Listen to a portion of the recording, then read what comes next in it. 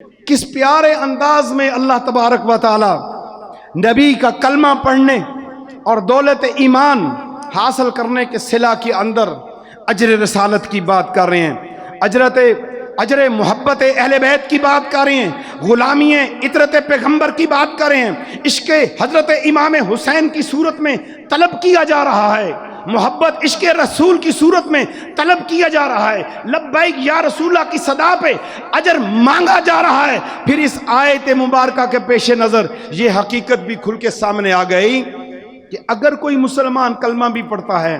روزے بھی رکھتا ہے، زکوٰۃ بھی دیتا ہے، حج بھی کرتا ہے،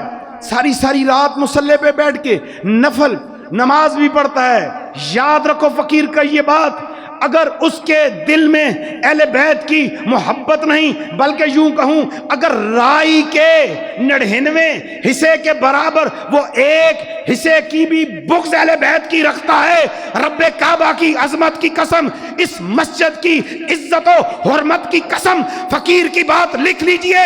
ایک رائی کے دانے کے برابر اس کے 99 حصے سے کام جو ہے وہ